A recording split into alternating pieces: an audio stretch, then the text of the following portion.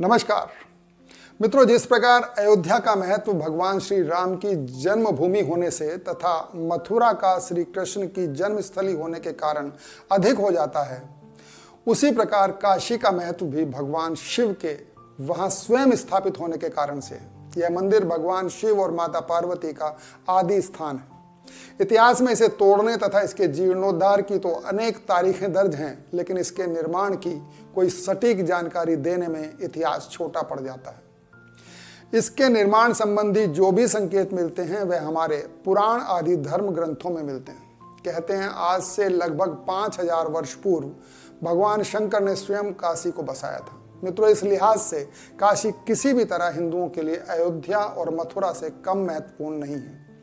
जितना महत्व मुस्लिमों के लिए मक्का मदीना का है, उससे कम तो किसी भी सूरत में नहीं। जहां एक ओर काशी विश्वनाथ मंदिर के जीर्णोद्धार के लिए राजा हरिश्चंद्र, टोडरमल, महारानी अहिल्याबाई होलकर तथा महाराजा रणजीत सिंह जैसे नाम जग जाहिर हैं, वहीं दूसरी ओर इसे बार बार नष्ट भ्रष्ट करने वालों में मोहम्मद गोरी, कुतुबुद्दीन ऐबक, सुल्तान महमूद शाह, शाहजहां तथा अंतिम विध्वंसकारी के रूप में औरंगजेब का नाम भी सारी दुनिया जानती है, जिसने 1669 में इसे तोड़कर इसके कुएं वाले हिस्से को ज्ञानवापी मस्जिद का रूप दे दिया। सुना कभी आपने किसी मस्जिद का नाम संस्कृत में रखा गया हो? ज्ञानवापी संस्कृत का नाम है जिसका अर्थ है ज्ञान का कुआं। और आप सब अच्छे से जानते हैं कि इस्लाम में ज्ञान का सागर, ज्ञान की बावड़ी या ज्ञान का कुआं आदि कुछ नहीं होता। वहां तो ज्ञान की सिर्फ एक किताब होती है, उसके अलावा किसी भी चीज में वो ज्ञान की संभावना ही नहीं देख पाते। और बात सिर्फ नाम पर ही खत्म नहीं हो जाती। जिसे वह ज्ञानवापी मस्जिद मानकर नमाज पढ़ते चले आ रहे हैं, उसकी दीवारों पर जहां तहां ब्रह्म कमल खुदे हुए हैं, जो कि हिंदू धर्म का एक आध्यात्मिक चिन्ह होते हैं। उसकी दीवारों पर हिंदू भगवानों के चित्र साफ साफ देखे जा सकते हैं। जगह जगह त्रिशूल बने हैं और तो और एक स्थान पर वहां वरहा यानी सुअर का भी चित्र है, जो कि मस्जिद में होना तो असंभव है ही। उसका तो कोई मुस्लिम नाम तक लेना हराम समझता है। और क्योंकि हिंदू धर्म में वरहा अवतार की घटना आती है, तो एक मंदिर में उसका होना स्वाभाविक है।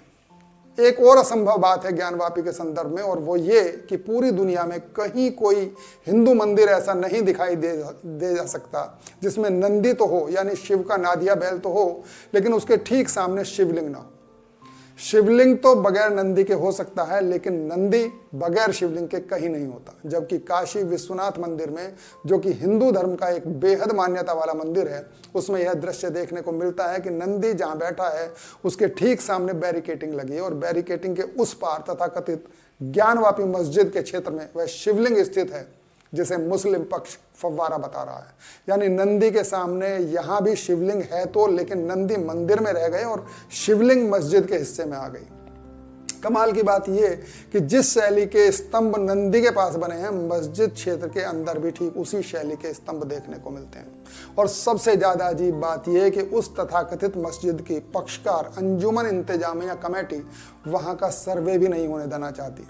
किसी न किसी बहाने सर्वे को रुकवा देती है। फिलहाल भी सर्वे प्रारंभ होते ही वह कोर्ट पहुंच गई और उस पर रोक लगवा दी। सब जानते हैं कि जांच वही नहीं होने देना चाहता जिसे लगता हो कि जांच में उसका झूठ पकड़ा जा सकता है। हिंदू पक्षकार बार बार जांच और सर्वे के लिए इसलिए ही आतुर रहता है कि जांच होगी तो क्लियर हो जाएगा कि मंदिर को तोड़कर जबरन वहां औरंगजेब ने मस्जिद बनवा दी थी। ऐसा कराने का औरंगजेब का फरमान आज भी कलकत्ता की एशियाटिक लाइब्रेरी में सुरक्षित रखा हुआ है, जिसका उल्लेख साकी मुस्तईद खान की किताब माजिद आलमगीरी में किया भी गया है। खैर, अब कोर्ट में इस मुद्दे को लेकर 3 अगस्त की तारीख लगी है। देखिए क्या फैसला आता है। फिलहाल प्रतीक्षा करते हैं। नमस्कार।